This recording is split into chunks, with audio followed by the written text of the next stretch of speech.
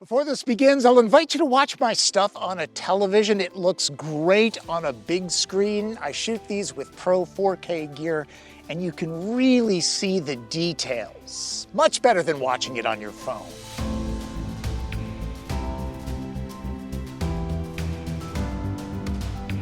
Remember when it was a big deal for Mercedes-Benz to roll out a pure electric vehicle?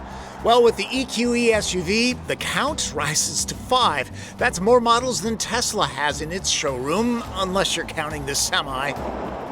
Electrification works exceptionally well for luxury vehicles since they're all about power, refinement, and a hushed cabin.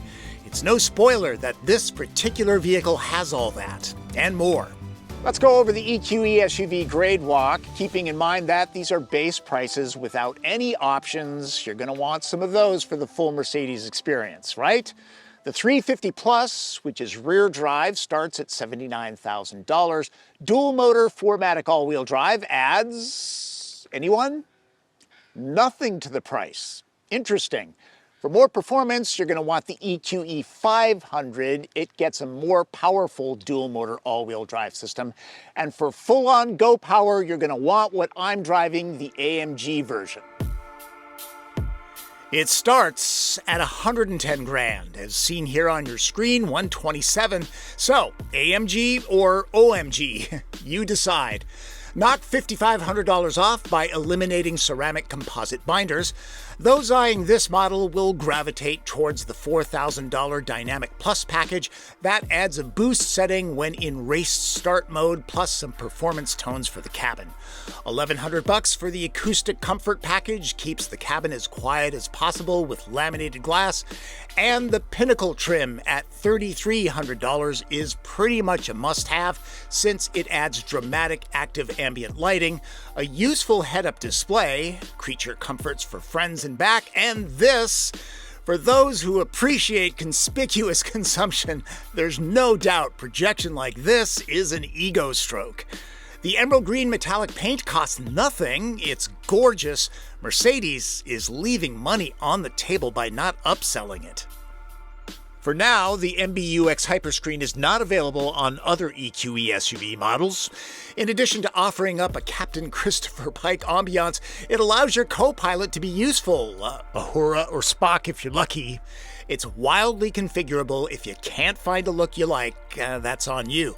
And there are energizing graphics and tones. Here's one of them.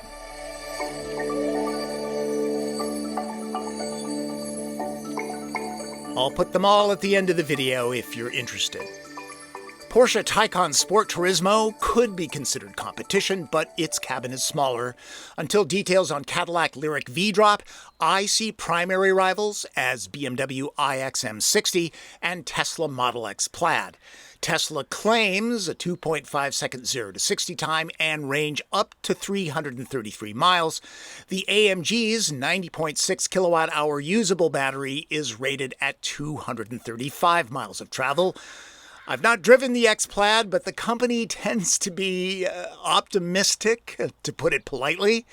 The AMG-specific dual motors produce as much as 677 horsepower and 738 pound-feet of torque in race start boost mode.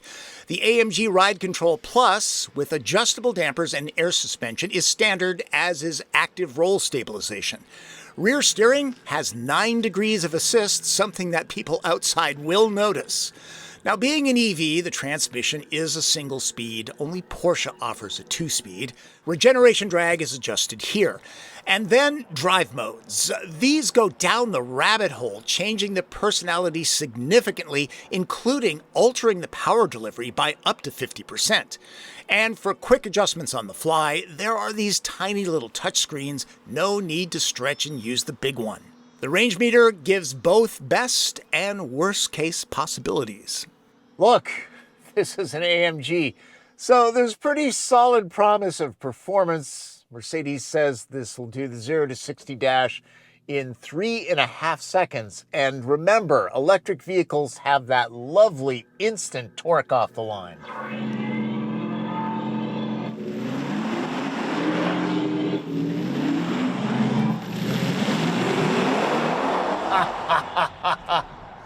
That is just loads of fun. Mercedes says top speed is 149 miles an hour. Not checked by me. The thrust is addictive. Only you can decide if the lack of engine growl is a deal breaker. And a reminder that this is one kindergartner shy of 3 tons when it comes to weight, but it moves like a college sprinter. I'm going to see if you can hear the performance tones. Listen carefully. I'm putting it into Sport Plus. Not bad. Kind of subtle. Certainly no twin-turbo V8.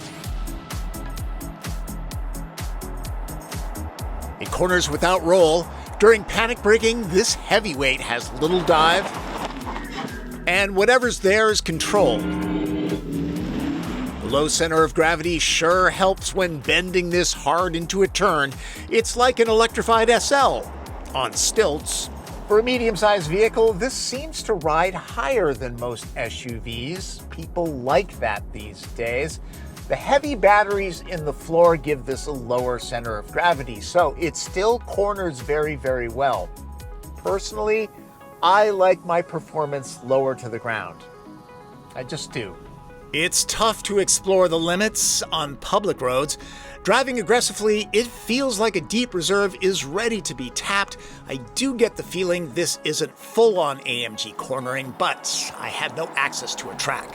A track pace option records dozens of data points, such as lap times and G-forces, and can show a driver the info in the head-up display. The throttle is like a speed rheostat. Mercedes says the AMG's adjustable suspension is both more docile and buttoned down than the other EQE models. Most of the time I've had the suspension set for comfort, and you know what? It's perfectly fine. Nice and controlled, sporty, yet comfortable as advertised. It's not like it's an old Buick. Putting it into Sport Plus and firming up the suspension, yeah, things get a little bit brittle, but you've asked for it. Because it's tough to tap the AMG's full potential, maybe buy the EQE SUV 500. It's still quick, but less expensive, just not available with the Hyperscreen layout, and some might even prefer the standard dashboard. The display?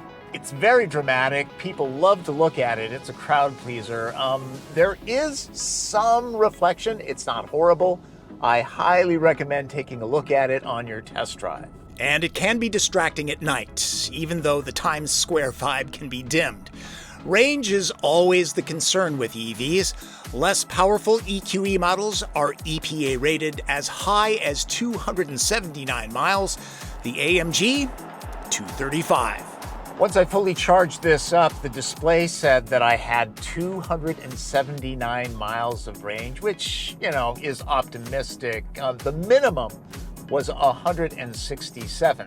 Now, I've been having fun with this, and realistically, I'm seeing about 230 miles of range, which is not bad. This is a high-performance SUV. It's an AMG. And by effectively hitting the EPA range in the real world, Mercedes is honest with buyers. Other EV brands, not as much. As always, hard driving in cold temperatures will drop how far this will travel. With no recuperation dialed in, this thing will coast forever. I mean, forever. It's like the bearings are made out of pure Teflon. Dial in the regular recuperation, and it's like driving a regular gas-powered car. And then full recuperation, that is really aggressive. I mean, really aggressive. It's pretty dramatic. In fact, the most aggressive that I've experienced in an EV, one-pedal driving, is definitely a thing. The semi-autonomous driving tech is quite good. It can automatically initiate lane changes and pass slower vehicles on multi-lane highways without driver involvement. This is solid enough to make your long trips more relaxing and competes well with autopilot. I still find Super Cruise and Blue Cruise preferable. But this being an AMG, you're going to want to be an active driver. Eventually, this will need juicing. Do it at home, and a full fill will take about 10 hours using 240-volt level 2. On the road, the 90.6 kilowatt-hour pack soaks up electrons at a max rate of 170 kilowatts. The Navi system will optimize the route for charge stations when a destination is set, taking into consideration conditions like temperature, topography, and driving speed. It'll even precondition the pack for faster charging. Using the right charger, EQE can add around 100 miles in 15 minutes. The infrastructure is growing, but even as a fan of EVs, I'll advise that electric vehicles don't work for everyone right now, especially people in rural areas and those in apartment buildings. The person that buys one of these probably owns their own home, maybe a bunch of them. And I've said this time and time again, but it bears repeating. For the best EV experience, you really need to be able to charge where you sleep. There's some convenience because this just juices up while you slumber. There's no visiting gas stations, unless you need a Coke. This 50 kilowatt-hour charger was all I had easy access to, so couldn't test the real-world charge speed or curve, but hey, it was free. Charging etiquette means leaving the terminal at 80% if someone's waiting, since the curve generally slows way down at that point. Be nice. I used the time to take a phone call. Charlie. Good. I was just about to call you. Make some appointments and shoot the sequence. No one showed up, so I got a full fill. But then again, overnight at home is much more convenient. Owners should get used to hearing wow and awesome when people see the Hyperscreen for the first time. Not that the EQE will be used for Lyft or Uber duty. It's made up of 12.3-inch driver and passenger displays and a 17.7-inch center screen under one big glass expanse. There is no frunk. In fact, the hood is sealed to the owner. This is where the wiper fluid is filled. Engineers reassign front cargo space here, where arguably it's more useful more often. Materials are rich and authentic. 64-color ambient lighting is delightful. There are hard buttons to go with all the touchscreens. The surround view camera system is especially impressive. It's as if there's a German drone flying around to offer up a better look. The front seats have more adjustments than you'll know what to do with. These are vented, plus they'll cinch up the bolsters to hold passengers in place when sport modes are selected. It caught more than one rider off guard. The Mercedes-AMG UX user interface has some of the best natural voice commands that I've experienced in an automobile, which is great when you want to keep your eyes on the road but get things done. You use the prompt, "Hey Mercedes." How may I help you? Close the sunroof blind. I'm closing the roller sun blind on the sliding sunroof. How very exacting, Ms. Mercedes. How very German. Of course, it requires a data plan, but anyone owning this won't worry about that cost.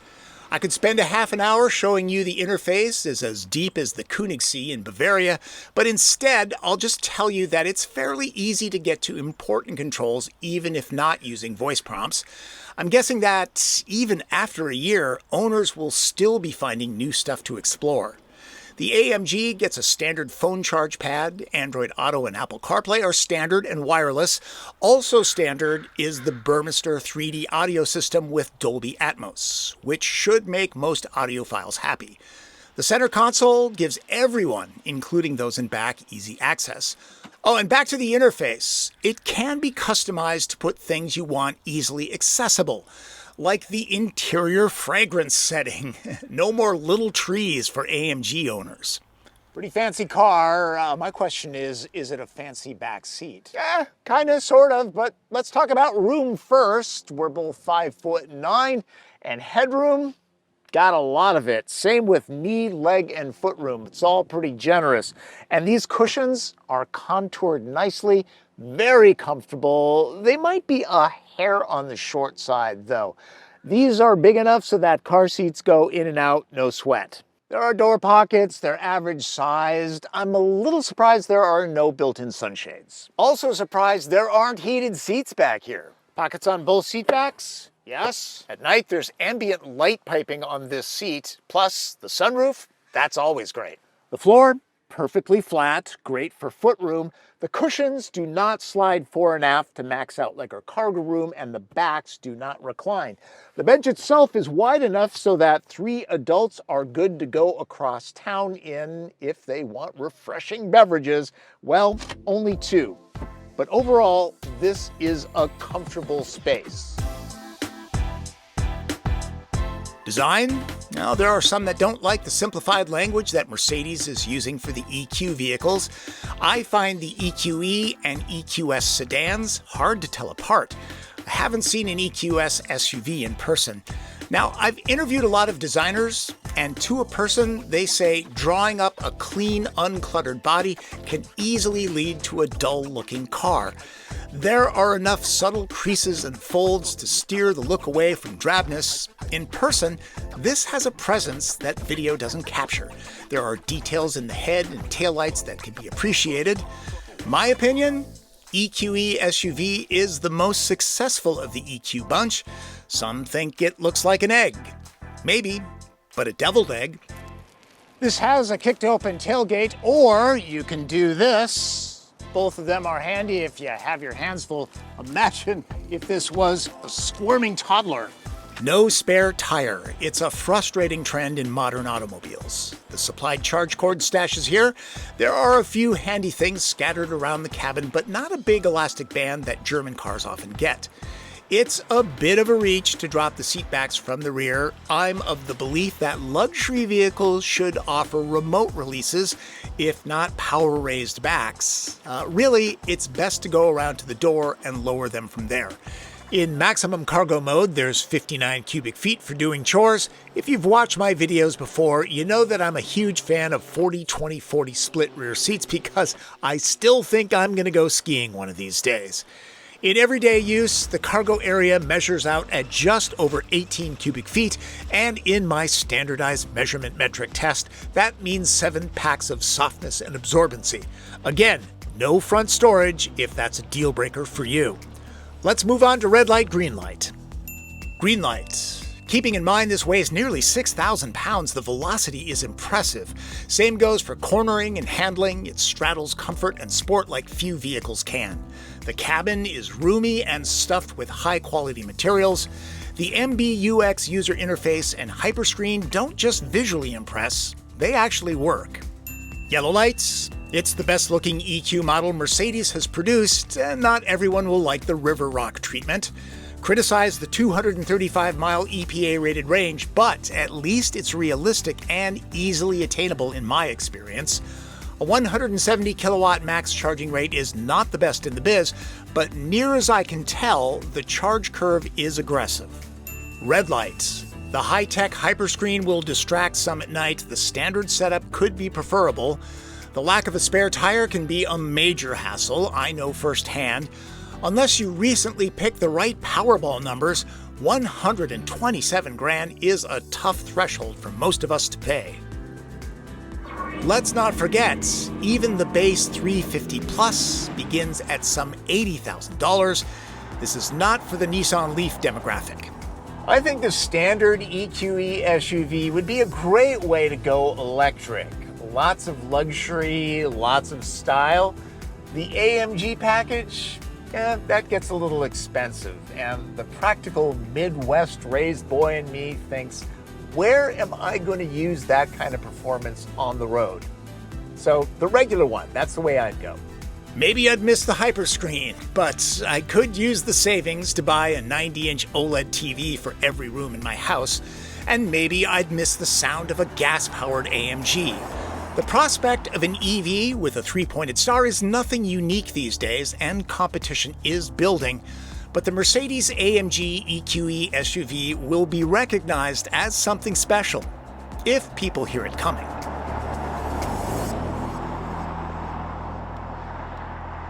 One thing I forgot to mention, this is built in, anyone? You, sir, in Florida? No, not Germany. Right next door to you in Alabama, Vance, Alabama. Seriously, I save geeky stuff for the end. Like the EQE SUV gets a standard heat pump. It uses waste heat from the inverter, motors, and battery for efficiency to warm the interior. That's for you, Ben McCoy.